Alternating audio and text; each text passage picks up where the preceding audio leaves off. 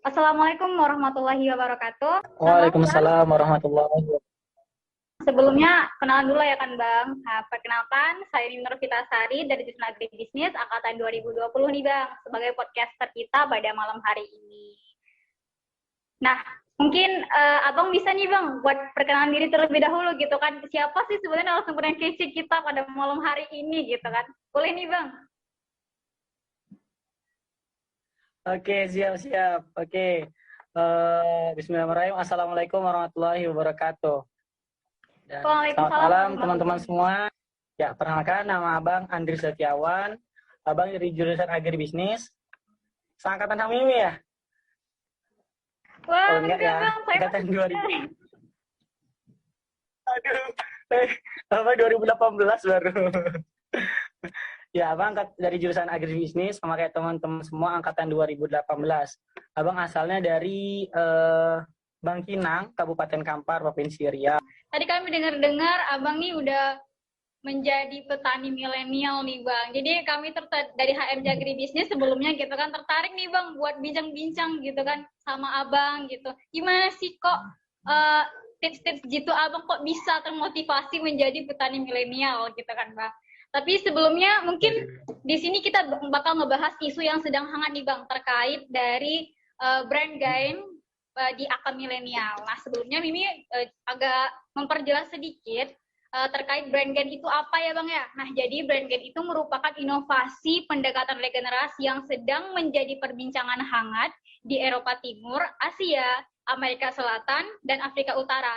Nah secara real, dalam 20 tahun terakhir, brand gain telah terbukti sukses diterapkan di Inggris Raya, Cina, India, Taiwan, Korea Selatan, dan Afrika Utara.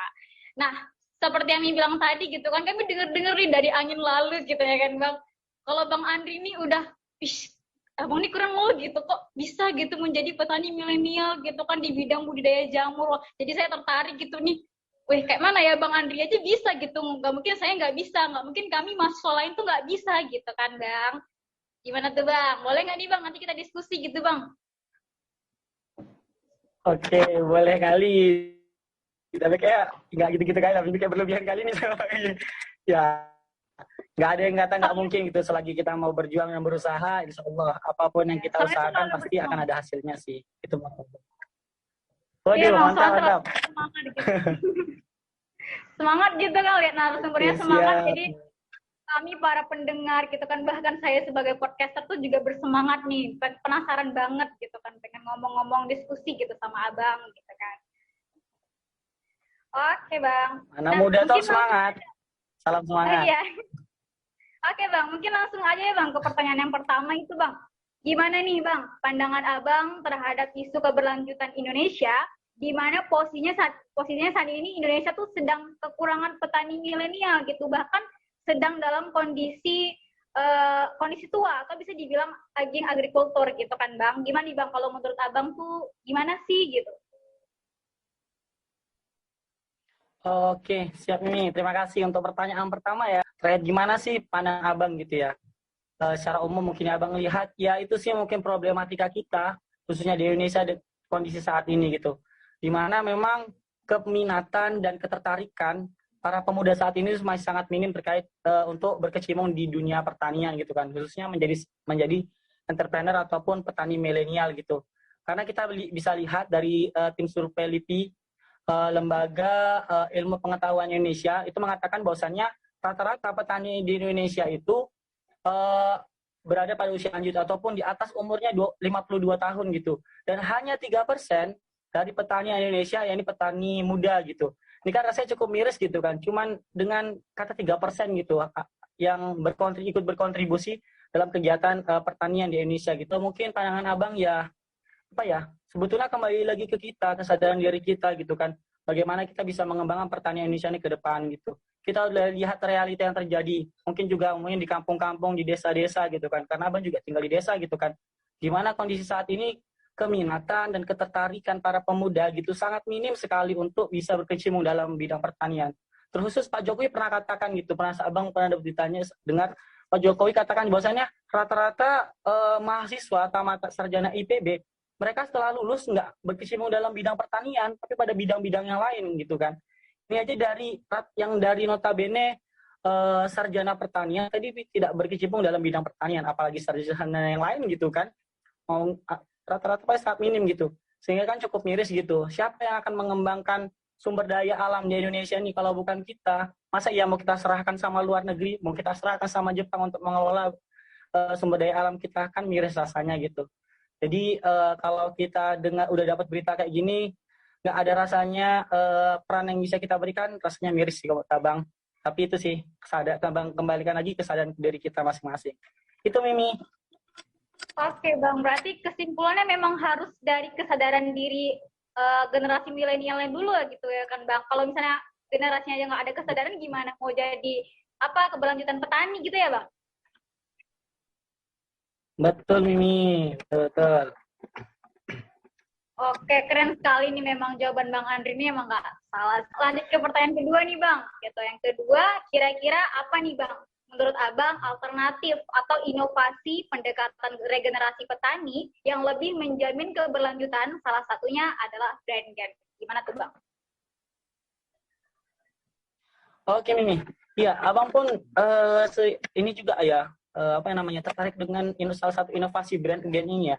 Karena Abang juga tadi juga sempat searching dan baca beberapa jurnal terkait dengan brand gen ini. Memang brand gen ini tadi udah sampai kami juga bahwasannya memang salah satu inovasi yang diterapkan 20 tahun terakhir itu seperti di Inggris Raya, Cina, dan Afrika Utara gitu kan.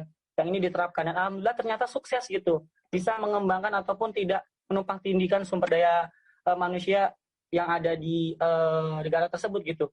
Sehingga juga salah satunya Indonesia coba untuk memanti ataupun mengembangkan inovasi ini brand gen untuk bisa dikembangkan Indonesia. Ya cara bahasanya ini yang tadi Abang baca ya di jurnal dan beberapa berita gitu. Bahwasanya brand gen ini gimana kita bisa mengembalikan para pemuda-pemuda yang berilmu pengetahuan kembali lagi ke kampung halamannya. Atau ya kenal mungkin kembali lagi ke desanya lah gitu ya kan ini. Itu sih brand gen gitu kan. Nah karena ya mungkin kembali lagi ke Abang nih, Abang mau cerita nih gimana kondisi dan keadaan misalnya di kampung Abang gitu. Rata-rata mahasiswa yang sudah jadi sarjana ataupun sudah berpendidikan tinggi gitu. Rata-rata yang udah habis selesai sarjana kadang nggak ada di kampung, udah berjuang mungkin di kota sudah untuk bisa mencapai kesejahteraannya masing-masing gitu kan. Dan setelah itu ya seperti menghilang gitu kan tanpa memiliki peran untuk bisa membawa ilmunya itu untuk dikontribusikan ke masyarakat gitu. Padahal sebetulnya menjadi salah satu tanggung jawab kita gitu kan. Maksudnya kita di desa gitu dan berkuliah mendapatkan ilmu pengetahuan gitu kan. Setidaknya kita punya peran penting bagaimana kita bisa kembali ke desa, kembali ke kampung kita untuk bisa berkontribusi memberikan manfaat bagi masyarakat sekitar kita gitu kan. Ya khususnya dalam bidang pertanian lah gitu. Bagaimana kalau kita kayak kita nih maunya di baru gitu kan, kita di universitas udah dibelajarkan bagaimana teknik budidaya yang baik, bagaimana cara usaha dalam bidang pertanian yang baik, manajemen finansialnya dan lain sebagainya gitu. Kemudian ya pasti kita kembalikan lagi gitu, kita ajarkan ke masyarakat, khususnya pemuda-pemuda yang mungkin belum punya kesempatan untuk bisa belajar kayak kita gitu.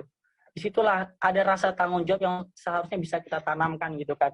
Ada rasa tanggung jawab yang mesti kita berikan untuk masyarakat dan pemuda-pemuda di lingkungan sekitar kita, khususnya di kampung kita sendiri. Itu mungkin Mimi. Jadi kita kembali lagi ke desa untuk bisa berkontribusi dan mengembangkan desa kita. Itu sih mungkin Mimi. Iya, benar-benar Bang. Berarti kita berkuliah gitu, kita menuntut ilmu tentang pertanian ataupun tentang apa itu harus benar-benar bisa kita terapkan dan berguna bagi lingkungan sekitar. Kalau boleh tahu nih Bang, apa nih motivasi Abang sehingga mau gitu melakukan aktivitas usaha pertanian di usia muda seperti itu? Sebetulnya banyak sih yang memotivasi Abang dan Abang lebih kayak apa sih? Ada harapan yang ingin Abang capai gitu kan, dan Abang inginkan. Ya mungkin salah satunya ini sih, nilai-nilai kebermanfaatan apa yang bisa Abang berikan gitu. Karena itu sih karena kita masih diberi kesempatan untuk hidup gitu. Kira-kira apa sih kontribusi dan kebermanfaatan yang bisa kita berikan untuk lingkungan sekitar kita. Dan kenapa memulainya mesti di waktu muda? Nice. Karena waktu muda adalah waktu yang paling optimal untuk memaksimalkan segala sesuatu gitu. di waktu muda kita masih banyak tentunya diberi kesehatan yang sangat luar biasa sama Allah gitu kan, masih diberikan fisik yang sehat, kuat gitu, dibandingkan mungkin orang-orang yang tua ataupun mungkin anak-anak gitu. Kemudian di waktu muda kita punya banyak waktu bereksperimen, punya banyak waktu untuk melakukan segala hal gitu. Karena itu di waktu muda itulah kita banyak bereksperimen, banyak melakukan apa ya, suatu kegagalan-kegagalan ataupun kesalahan. Tapi kesalahan ini ada tanda kutip yang memang positif, tapi kita sering gagal gitu kan. Ini sih kalau menurut Abang gitu. Jadi kita manfaatkan waktu muda kita untuk kita berjuang, untuk kita banyak belajar dari yang namanya sebuah kegagalan. Kalau Abang bilang sih, itu sih mungkin Abang sering jadikan hashtag itu kayak mulai aja dulu gitu kan. Ya kita mulai aja dulu, apa sekiranya yang kita pikirkan gitu kan dalam pikiran kita, apa yang bisa kita lakukan gitu. Seandainya kita pengen ini, kita pengen coba usaha memakai jamur, coba kita mulai aja dulu gitu. Mulai dari mana? Mungkin kadang kalau orang beralasan, bang kadang nggak ada modal bang, mau buka usaha tuh bang. Padahal sebetulnya kita ada investor gitu kan. Investor kita siapa? Orang tua biasanya kalau sekarang ini ya kan di kampus ya kan.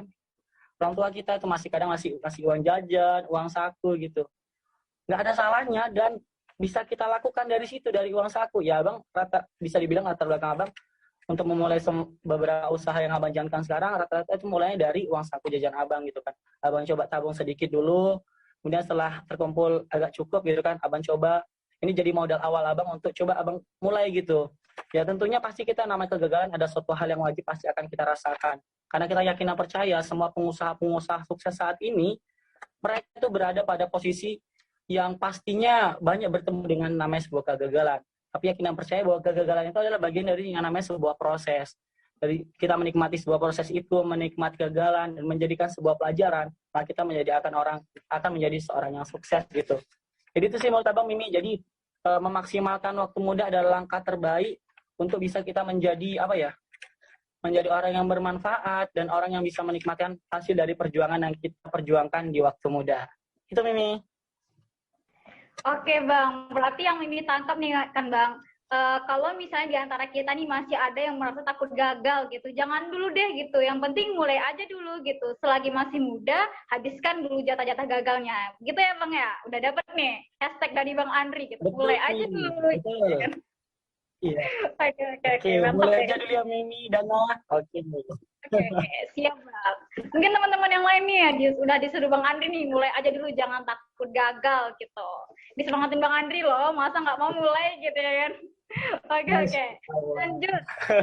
Lanjut ya Bang ya, pertanyaan yang, mungkin ini pertanyaan terakhir Bang. Kami nih melihat Abang gitu kan, Bang Andri gitu. Bahwasannya Abang sudah melakukan salah satu motif pelaku brand gain sekunder, yaitu budidaya jamur ya Bang ya? Iya, budidaya jamur. Nah, boleh nih Bang, Abang boleh dong bagi tips-tipsnya gimana tuh agar mahasiswa yang lainnya tuh mampu juga berperan sebagai aktor dari brand gen ini Bang, gitu Bang. Gimana tuh? Boleh dong Bang bagi tips-tipsnya. Mungkin Mimi juga nih gitu, Mimi pengen nih kan jadi salah satu aktor dari brand gen ini nanti. Mungkin setelah ini kan dapat ilham gitu, aduh gue pengen juga nih kayaknya gitu Bang. Gimana tuh Bang? Oke, siap Mimi. Ya, apa ya tips-tipsnya ya? Abang pun nggak tahu juga, nggak kepikir nggak konsep ya. Tapi menurut Abang nih tadi sih, kita lebih ke ini sih. Kita coba apapun yang kita lakukan, kita coba ambil value ataupun nilai-nilainya gitu. Seandainya kita melakukan kegiatan usaha gitu.